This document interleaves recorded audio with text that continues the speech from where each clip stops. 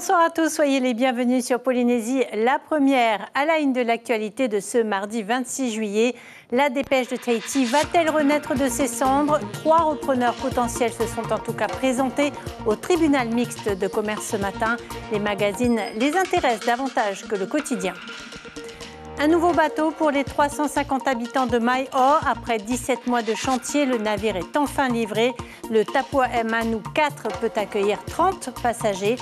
Le maire délégué de Mai O nous dira le rôle majeur que devrait jouer cette nouvelle navette maritime. Tamaina sera notre invité dans quelques instants.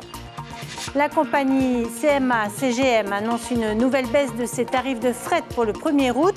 Nous devrions en bénéficier. Le 3e armateur mondial était dans la ligne de mire des parlementaires de l'Hexagone.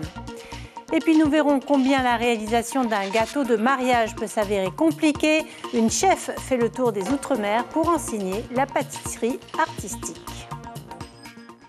Les salariés de la dépêche de Tahiti, pleins d'espoir ce matin face à la possibilité de reprise du quotidien. 3 repreneurs se sont présentés au tribunal mixte de commerce ce matin. 2 des 3 acheteurs proposent de reprendre uniquement les magazines. David Chang, Sandroli. 3 candidats pour reprendre une des marques du groupe La Dépêche. Parmi eux, Patrice Colombani, entrepreneur expérimenté dans le commerce et le transport maritime, qui se dit prêt à reprendre plus de la moitié des salariés du quotidien. La reprise du média, c'est pour lui une question de principe. C'est un challenge. Il faut arriver à sauver ce titre aussi, parce que bon, la pluralité de l'information, elle est primordiale. Si on n'a qu'un seul journal, c'est pas possible. Actuellement, la dépêche est fermée depuis plusieurs mois et on a un seul journal, un seul quotidien d'information. La fermeture du quotidien a pris effet le 29 avril dernier. 3 mois financièrement difficiles pour les anciens salariés et chaque jour est compté. On aurait aimé être fixé ce matin, quelle que soit la décision, même si ça avait été un acte de décès définitif de la dépêche. Quelque part, on aurait aimé être fixé d'un repreneur qui relancerait le titre de la dépêche. Donc ça, effectivement, c'est la bonne nouvelle du jour. Les 2 autres acquéreurs potentiels, les groupes Moux et Martin, sont également intéressés, mais seulement par la partie magazine du groupe. La société STP Multipress imprimait ces magazines. Elle souhaite désormais les produire elle-même. Toujours un risque de reprendre un titre et ces fonds, il faut qu'ils soient rentabilisés. Le prix du papier a augmenté à cause de la hausse des matières premières. Voilà, les entreprises se détournent un peu du papier, mais c'est vrai qu'on croit encore au papier. Le délibéré du tribunal du commerce est attendu avant le 30 août. Elle a été inaugurée et baptisée ce matin à Papeto Ayam Orea. La nouvelle navette maritime communale de Mai O devrait répondre à la demande croissante des voyageurs. Le Tapua Emanu 4 mesure 16 mètres, un bateau dédié surtout au transport de passagers. Il peut accueillir jusqu'à 30 personnes à bord. Le capitaine de cette nouvelle embarcation est particulièrement heureux. Écoutez-le au micro de notre correspondante Nora Urarurua. Ce bateau-là, c'est un vrai bijou. Sur la mer, tu as une bonne tenue de mer. Quand tu conduis, c'est agréable. Bon, quand il y a une forte houle, bon, c'est normal, il faut ralentir, sinon déjouer. Les fesses vont sauter en l'air. Alors par rapport au Tapua Emanu 3 Par rapport au Tapua Emanu 3, non. Le poste de pilotage, c'est en arrière. C'est que l'avant qui bouge vers le haut. Voilà, c'est ça. C'est plus agréable, la condition de travail et tout. Oui, c'est plus agréable. Là, c'est maniable quand tu tournes le volant et tout. Et quand tu t'approches au quai, c'est facile à manœuvrer. Et pour en savoir plus, je vous propose de rejoindre tout de suite Tamaina. Bonsoir, vous êtes le maire délégué de l'île de Mai O. Pourquoi cette nouvelle navette est-elle si importante pour vous? C'est un peu plus pour Mai O. Pourquoi? Il y a 30 passagers sur le bateau. C'est un avantage, c'est comme ça. Ceux qui veulent partir sur Moria, il y a tout sur la place sur le bateau. Et l'ancien bateau, il n'y a que 12 passagers. Ça ne passe pas. Il y avait un besoin à Mai O. Pourquoi on a besoin de ce bateau? Vraiment aussi, pour les enfants quand ils vont, avant, il fait 2 voyages avec le bateau qui est avant. Et là, il suffit une seule voyage et les enfants, ils peuvent rentrer tous en même temps. Voilà, le transport des élèves pensionnaires. Mais désenclaver Maïo, est-ce que cela veut dire aussi s'ouvrir aux touristes, au tourisme? Enfin, le tourisme, on peut dire, mais il y a, comment dirais, il y a une loi pour les touristes qui viennent ici. C'est pas interdit, c'est pas dit pas. Hein? Comme il y a une loi, c'est-à-dire, il vient pas plus de 24 heures. Oui, c'est la spécificité de Maïo qui est bien connue. Ce nouveau bateau, ça ne va pas empêcher l'ancien bateau, le Tapua Emanu 3, de poursuivre ses rotations. Ah oui, c'est mieux si en même temps, c'est les 2 bateaux qui viennent. Tant mieux pour nous. Ça crée un avantage pour nous. C'est important pour le Copra et le Pandanus? Ben, tout dépend. Hein? Si on fait ça, il y a le Copra, il y a le Pandanus, plus il y a les pêcheurs hein, qui vont pêcher, ils peuvent envoyer leur poisson sur Montréal pour vendre. C'est un sacré avantage pour nous. En même temps, les pêcheurs qui sont ici, comme les pêcheurs ici, ce n'est pas que les adultes. Il y a les jeunes aussi qui pêchent aussi, qui cherchent un moyen pour eux. Merci beaucoup. Ce bateau a coûté plus de 100 millions de francs. Il a été financé à hauteur de 40% par le pays. Merci beaucoup, Tamaina, d'avoir accepté d'échanger avec nous ce soir. Et petite info pratique concernant les rotations de la Petrei Express, cette fois vers les îles sous le vent. La météo n'est pas bonne. Les voyages de demain et jeudi sont annulés. Baisser les prix ou être taxé, le géant français du transport maritime a tranché. La CMA-CGM a publié une nouvelle baisse de ses tarifs de fret pour soutenir le pouvoir d'achat des ménages français. La mesure prendra effet le 1er août et concerne l'Hexagone comme les Outre-mer et donc la Polynésie. Explication Ismaël Tahiata et Patrick Tsinsing. Il s'en est fallu de peu. 96 pour et 114 contre. La proposition de loi sur la taxe exceptionnelle de 25% sur les super profits des multinationales ne passe pas. Cette fois-ci en tout cas. Dans le viseur, le transport maritime des marchandises. Ça, c'était le 23 juillet dernier à l'Assemblée nationale. Un signe aux allures d'avertissement. Le gouvernement attend un geste de leur part, car avec le confinement et la flambée des prix du fret, ces multinationales se sont enrichies abondamment. La réponse ne se fait pas attendre. Elle concerne l'ensemble des importations en France hexagonale, en Outre-mer et en Polynésie. La CMA-CGM a effectivement proposé de revoir le tarif à la baisse. Donc ça va contribuer bien évidemment effectivement, à contenir le prix, les prix à l'importation. Et donc on espère effectivement que cette répercussion soit effective au niveau du commerçant et du consommateur. Le géant CMA-CGM avait acté fin juin une baisse de 60 000 francs sur le conteneur de 40 pieds. Au 1er août, ce dispositif sera augmenté de 30 000 francs supplémentaires, soit une réduction de 90 000 francs par conteneur de 40 pieds, et cela pour une durée d'1 an. En revanche, pour le fret des îles, pas de changement de tarif. Le fret inter-île étant supporté par le pays au travers d'une subvention. Un accompagnement qui n'est pas prêt de changer. Les membres du CESEC auraient bien voulu en savoir plus sur la réforme de la PSG, la protection sociale généralisée, qui doit devenir PSU, protection sociale universelle. Yvonne Raffin devait répondre ce matin aux interrogations des représentants, mais il est resté moins de 2 heures, insuffisant pour les membres du Conseil économique, social, environnemental et culturel. Nicolas Suire et Jacques Damour. La réforme de la protection sociale généralisée est-elle viable? Permettra-t-elle d'équilibrer les comptes? Des questions qui reviennent dans la bouche des représentants du CESEC et qui ont été posées à leur invité ce matin, Yvonne Raffin. Le ministre a rappelé la nécessité de réformer la PSG ainsi que le déficit à résorber avant même la réforme. Il fallait d'abord répondre à l'urgence parce qu'effectivement nous avions une temporalité d'urgence à rétablir les grands équilibres. Ça, c'est ce qui a été fait et c'est ce qui va être fait. Nous ferons effectivement le constat en octobre-novembre de cette année pour voir si nous sommes dans les purs annoncés. Le ministre est resté 1h30, trop court pour répondre à toutes les questions. Certains élus veulent savoir si un éventuel toilettage des textes qui régissent la PSG sera effectué.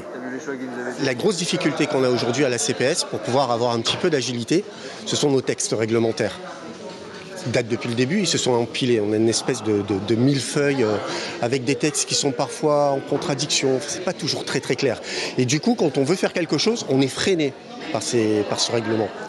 D'autres s'inquiètent de ce que les 109 préconisations du CESEC, rédigées en 2010, ne soient pas toutes adoptées.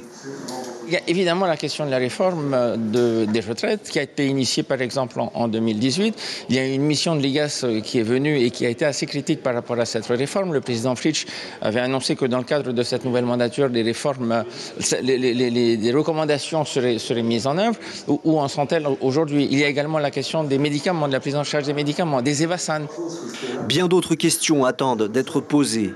Le ministre a promis de revenir pour y répondre plus largement. Oui, pas d'annonce pour l'instant sur la protection sociale universelle. En revanche, le ministre a fait le point sur d'autres sujets qui impactent le portefeuille des consommateurs. L'électricité, tout d'abord. Le litre du fioul a augmenté de 40 francs pour la production d'électricité contre 15 francs dans les îles. Des répercussions sur les tarifs vont avoir lieu, mais pas sur les petites factures. Yvonique Raffin a par ailleurs annoncé le maintien des prix à la pompe au mois d'août ou encore la hausse exceptionnelle des allocations de rentrée scolaire de 3 000 francs en faveur de 33 000 bénéficiaires. La commune de Pire, elle met en place un tout nouveau dispositif en faveur de l'intégration sociale par le sport. Les passeports air, mer, culture traditionnelle et contemporaine bénéficieront aux enfants âgés de 7 à 15 ans à partir de janvier 2023. Pour 2022, c'est le passeport nature qui est proposé, une année pilote, comme l'explique Itea Bernardino au micro de Patrick Sinsing. Ce n'est pas que de la pratique sportive, mais il y a aussi de la théorie et de la prévention qui seront mis à l'intérieur de cette organisation. Donc les disciplines sportives, c'est le volleyball, le football qui vont se dérouler sur le terrain de Afareri. Ensuite, on a le bataille et l'école de voile de Haroué qui vont se dérouler sur le Moutou de Haroué.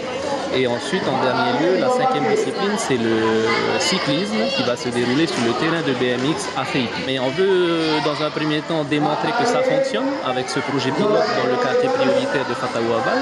Si les résultats sont probants, on va essayer de le développer dans les autres quartiers prioritaires pour ne pas les abandonner, au contraire.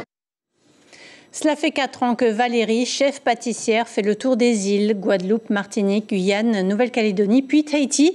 Elle a donné des cours de pâtisserie artistique aux débutants et passionnés pendant 10 jours, du drop cake au licorne cake en passant par le Vaiana cake. Les 2 derniers jours étaient consacrés à la réalisation d'un gâteau de mariage. Sandroli Taïvaribé. Pour Caroline, le plus dur, c'est de travailler le chocolat. Aujourd'hui, elle s'apprête à faire un gâteau à 5 étages pour une commande. J'ai fait des fleurs comestibles et en pâte à sucre. Et ensuite, j'ai fait de la modelage. J'ai pris des moules et ensuite j'ai pris la pâte à sucre et j'ai fait des formes. La structure est réalisée par étage et bien montée avec des piliers bien superposés pour éviter qu'ils ne soient écrasés à la livraison. Les gâteaux sont à base de crème et de mousse avec ou sans pâte à sucre. C'est important d'étaler la pâte à sucre, mais avant d'étaler, il faut mesurer le gâteau, hauteur et longueur. Et à partir de là, dès que tu as les mesures, il faut mesurer la pâte à sucre, il faut la rouler et découper. 2 jours de masterclass pour réaliser un gâteau de mariage. Chaque élève fait son propre gâteau. Des roses faits main à base de pâte à sucre, il en faut une 50aine pour décorer le gâteau. On a étalé de la pâte à sucre très finement, on l'a durcie aussi pour qu'elle garde une forme et on l'a laissé un peu sécher et maintenant nous sommes en train de les monter pétale par pétale. Les fleurs blanches sont faites à base de pâte à sucre et les fleurs roses à base de crème au sucre et de beurre. C'est une première pour ces élèves. Personnaliser un gâteau de mariage, c'est unique. On le prépare de A à Z, de la crème au montage. C'est la première fois qu'on fait un gâteau à 5 étages. Du coup, l'équilibre des gâteaux, c'est pas évident. Sinon, le gâteau, il part à droite, à gauche, il casse quoi. Il faut être minutieux, il faut répondre à la demande du client. Un gâteau de mariage, c'est pour au moins 90 invités. Je pensais que c'était facile, comme on peut voir dans les émissions de pâtisserie. Hein. Mais là, j'ai vu aujourd'hui, depuis 2 semaines, que c'est difficile de travailler la pâte à sucre. C'est pas si facile que ça. Voilà.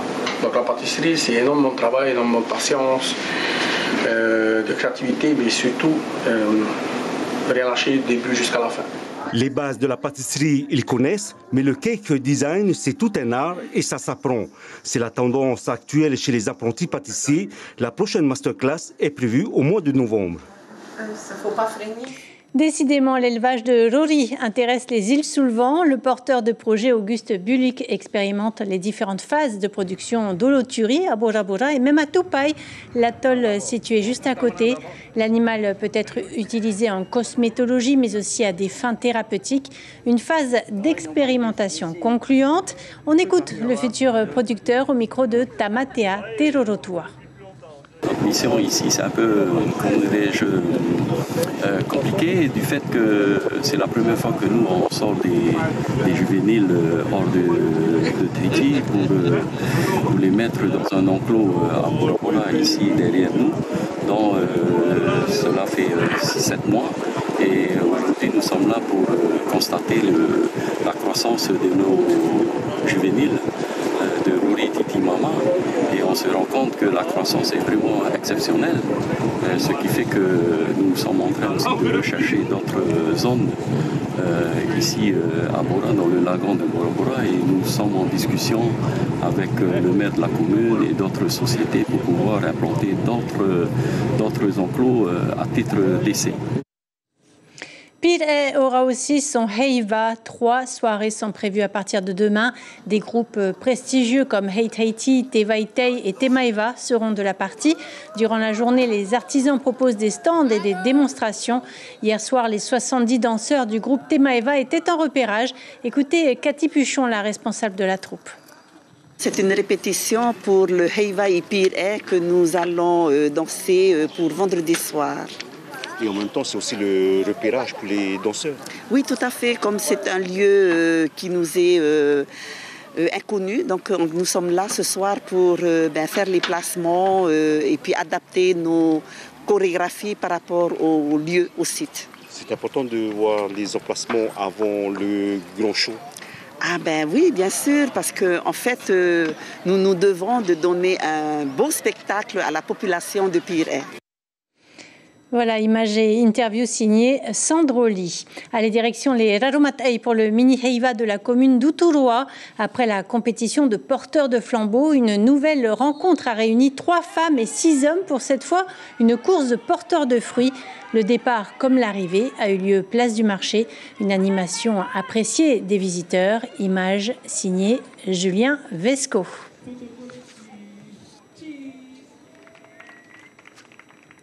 Au Heiva de Rurutu, un concours est très attendu par les danseurs et danseuses des différents groupes. Il s'agit du concours du meilleur couple de danseurs et danseuses. Heia Paraotokorangi a assisté à la remise des prix. 4 finalistes pour un premier prix. Le jury a eu du fil à retordre devant la prestation des 4 couples. 3 minutes pour convaincre avec minimum les 5 pas de base que sont le Taïritamo, Ifene, Ruruf, Arapu et Fatere.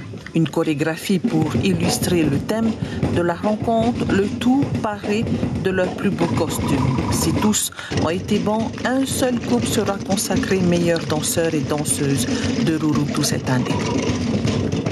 Alors, vous êtes content? Carrément content. Vous avez mis combien de temps pour vous préparer? Un jour. Un jour? Un jour? C'est la première fois que vous participez tous les deux? Oui, la première fois, moi c'est la deuxième fois. Un jour pour se préparer?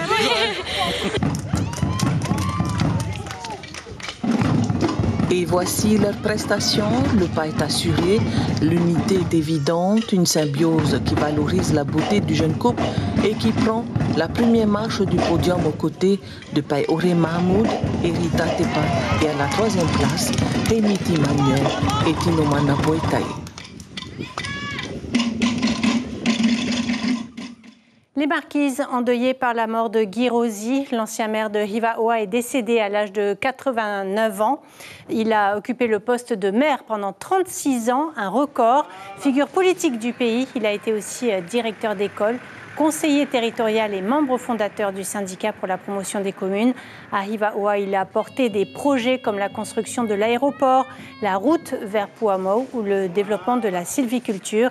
Regardez cet extrait, il évoquait alors Jojo, l'avion de Jacques Brel. Au rythme des chants marquisiens, les souvenirs remontent à la tête. Brel, l'aviateur au grand cœur. En 1977, il aménage son bimoteur, un gyrophare rouge, une place pour un brancard. Et voilà le Jojo, paré pour les évacuations sanitaires. Il avait commencé à aller envoyer du courrier dans les îles où l'aérodrome était réalisé, mais il n'y avait pas encore la desserte normale, régulière. Alors il avait anticipé tout ça et il disait qu'il fallait se débrouiller pour, par exemple, parachuter le courrier sur les îles qui n'avaient pas de piste. Avec la nuit, le défi technique apparaît dans tout son éclat. Il aura fallu 3600 heures de travail aux 3 techniciens de Dassault et aux bénévoles d'Atuona. Rivet après rivet, 90% de l'avion a été retouché. On arrive au terme de cette édition. Je vous en rappelle l'information principale. Les salariés de la Dépêche de Tahiti, pleins d'espoir ce matin face à la possibilité de reprise du quotidien. Patrice Colombani s'intéresse au journal pour la pluralité de l'information. Les groupes Moux et Martin veulent reprendre les magazines. La décision du tribunal est attendue d'ici le 30 août. À la une de Tahiti Info, demain, les patrons proposent une prime pouvoir d'achat. Et puis ce soir sur notre chaîne, le téléfilm Un coup de foudre vertigineux sera précédé d'une page dédiée au Heiva de Bora Bora.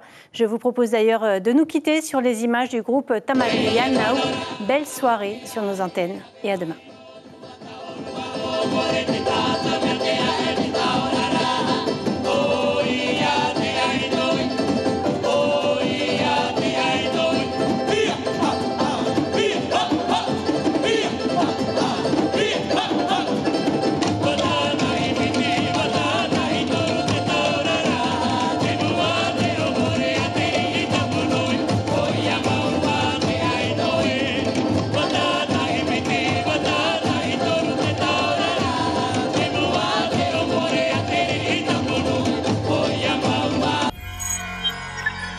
Retrouvez ce programme en replay sur notre site internet.